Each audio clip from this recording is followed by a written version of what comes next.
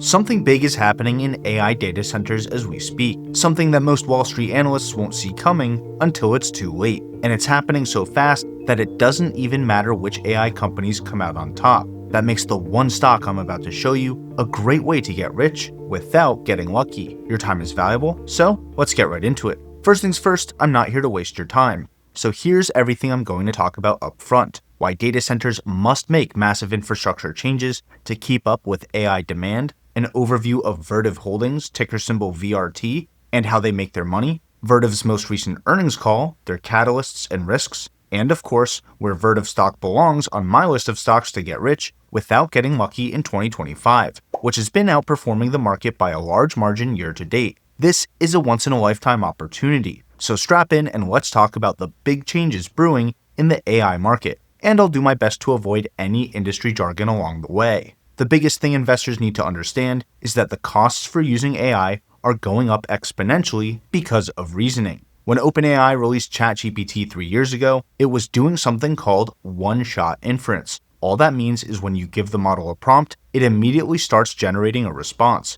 This one-shot approach has a lot of benefits, like being fast and computationally cheap with predictable costs when serving millions of people. But it also comes with serious issues, like providing different responses to the same question, and getting stumped on complex problems, and hallucinating instead of verifying its own answers. So, over the last couple years, AI researchers have come up with new techniques to generate even better responses. And what most Wall Street analysts are missing is that these same techniques are the main reason for this massive cycle of data center upgrades, which means that understanding them can help us understand which upgrades are actually in demand. Let me quickly walk you through 3 of the big ones. Chain of thought reasoning forces a model to break a problem down into steps, solve and verify its solution at each step, and then provide a final answer. This is great for a wide range of tasks that people tackle step by step today, from making shopping lists and travel plans to troubleshooting and financial analysis. But the trade-off is that chain of thought reasoning takes 5 to 10 times as many tokens to run as one-shot inference. Best of N sampling is where you have a model generate multiple answers to the same prompt, and then choose the best answer. For example, generate 20 titles for a YouTube video and then pick the most provocative one. Or generate 20 different portfolio strategies for investing and then pick the one with the best risk versus reward. Or generate 20 variations of a resume and then pick the most impressive one. This is great for problems where quality matters way more than speed, but the trade-off is that you're spending tokens on every generation. So all of my examples cost 20 times the tokens of one-shot inference. But this third technique is by far the most computationally expensive because it kind of combines the other two. Tree search is where a model compares multiple approaches to solving a problem, and is used when the journey to the answer matters just as much as the answer itself. For example, finding the best strategy in chess depends on the order of your moves, because your opponent gets to respond to each one. Or generating a business strategy or a project timeline where schedules and milestones matter just as much as the end results. In each case, tree search has to break complex problems into steps and think through multiple possible paths to the solution before returning the final answer, which can easily cost over 100 times more tokens than one-shot inference. But here's the real kicker. Much better answers also means much more user adoption. The number of people using generative AI has 15x'd in the last 3 years, and the average number of prompts per person has 10x'd as people find more ways to use AI. So 15 times more users, multiplied by 10 times more prompts per user, multiplied by around 20 times more tokens per prompt, means we need 3,000 times more compute power to support generative AI applications today than we needed just 3 years ago. And that's just for large language models. The number of tokens per prompt skyrockets when we switch from text to video, or to code for games and apps, or to simulations for drug discovery or product design. The list goes on and on. And now that we understand the 3,000-fold increase in demand isn't just coming from more users, but from ongoing fundamental changes to how AI models spend tokens, we can talk about how Vertiv is supporting the massive infrastructure transition that data centers need to make if they want to meet all of that demand. I really think this context is important for investing. Warren Buffett became one of the richest men in the world by staying inside his circle of competence and investing in businesses that he understands. And right now, the most important thing for investors to understand is AI. That's where Outskill comes in, the sponsor of this video. Outskill is running a 2-day AI training to take you from beginner to advanced AI professional in just 16 hours, this Saturday and Sunday. And they're giving the first 1,000 people who sign up with my link a free seat. Whether you work in tech or sales, marketing, or HR, you'll learn 10 of the most powerful tools like Claude and Make.com, best practices for prompt engineering, how to analyze data, create tools, and automate workflows without coding, and even build your own AI agents. You'll also get free lifetime access to Outskill's exclusive paid AI community to keep growing alongside over 5,000 other AI professionals. No wonder over 10 million people from 40 different countries have already participated, and slots for this one are filling up faster than ever. This is a great way to level up your AI knowledge, get a serious competitive advantage, and understand the science behind the stocks. So make sure to register for your free seat with my link below today. Alright, so 3,000 times the demand for tokens means data centers need to pack way more chips in the same amount of space, power them, and keep them cool. Around 90% of all server racks are air-cooled today, but industry estimates suggest that up to 80% of that will eventually transition to direct-to-chip liquid cooling, which coincidentally is up to 3,000 times more efficient than air cooling. As a result, analysts currently expect the liquid cooling market for data centers to almost 5x in size by 2033, which would be a compound annual growth rate of 21% for the next 8 years. But if you watched my previous video, you know that NVIDIA's Blackwell and Blackwell Ultra systems require liquid cooling, which means any data center looking to upgrade must transition to liquid cooling first. And since NVIDIA is already shipping Blackwell systems, I think this transition will be much bigger and happen much faster than most market analysts expect. That's why I think Vertiv Holdings is a solid investing opportunity right now. Vertiv Holdings provides a wide variety of integrated end-to-end power and thermal management systems for existing data centers. For example, their Liebherr liquid cooling systems provide liquid to air, liquid to liquid, and direct-to-chip liquid cooling, depending on what the data center needs. Direct-to-chip liquid cooling is where a heat-conductive copper plate is physically mounted to the chip. That plate is connected to 2 pipes. One pipe brings in cool water to absorb the heat, and the other pipe moves the hot water away. And liquid-to-liquid cooling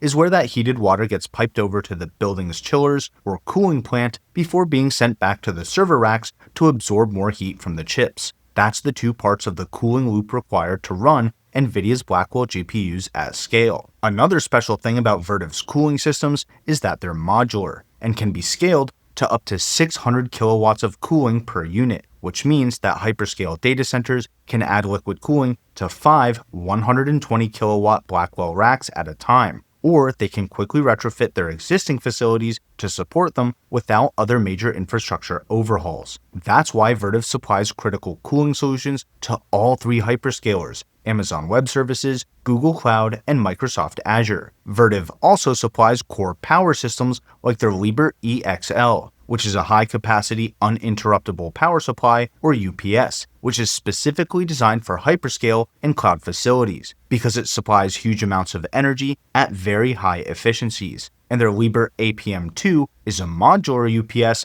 that's designed to protect data center hardware from unexpected power failures or surges by instantly switching to battery power when the main grid loses electricity. That's what protects high-performance computing and dense AI clusters worth billions of dollars from suffering sudden downtimes. And because it's modular, it can support any size of data center by growing capacity as the data center's needs expand. And now that we understand how Vertiv makes their money, let's walk through their latest earnings, their biggest potential catalysts, and of course, their risks. Vertiv reported $2.64 billion in net sales for the quarter, which is up by 34% year over year and 10% over their prior guidance. Their adjusted operating profits came in at $490 million, which is up 28% from last year and 11% over their prior guidance. As a result, their adjusted earnings per share came in at 95 cents, which is up by 42% from last year. Vertiv's adjusted operating margins went down by 1.1%,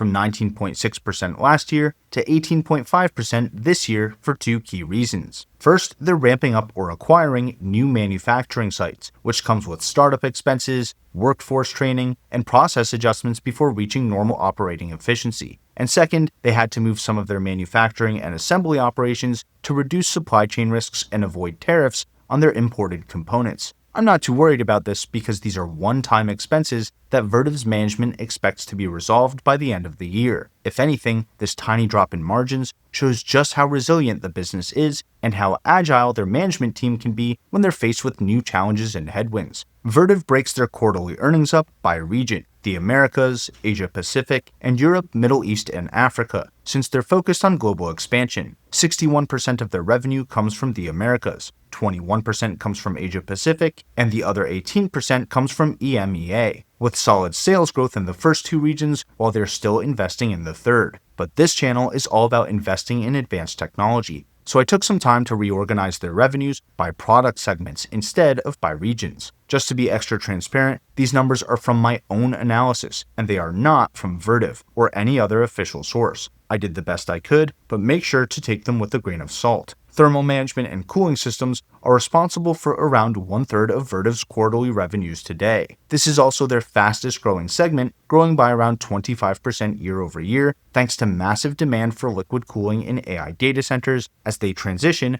to NVIDIA's Blackwell systems. Power systems are currently Vertiv's biggest product segment, accounting for about half of their total revenues. Just like with cooling, the need for efficient and scalable power solutions isn't going away, which is why this business unit is growing by over 20% per year. Physical data center hardware like racks, cabinets, and enclosures make up another 10% of Vertiv's revenue, and they're also seeing almost 20% growth. And the rest of Vertiv's revenue comes from software and services for power and cooling management, which is probably growing much slower because other data centers, and especially the hyperscalers, all have their own internal ways of monitoring and managing these things. And just for a gut check, these numbers line up pretty well with Vertiv's guidance for the year, which shows net sales increasing by around 24%, operating profits going up by about 28%, and free cash flows going up by around 23% all year over year. But that doesn't mean there are no risks to Vertiv's business. Vertiv faces ongoing risks from supply chain disruptions, manufacturing transitions, increased costs,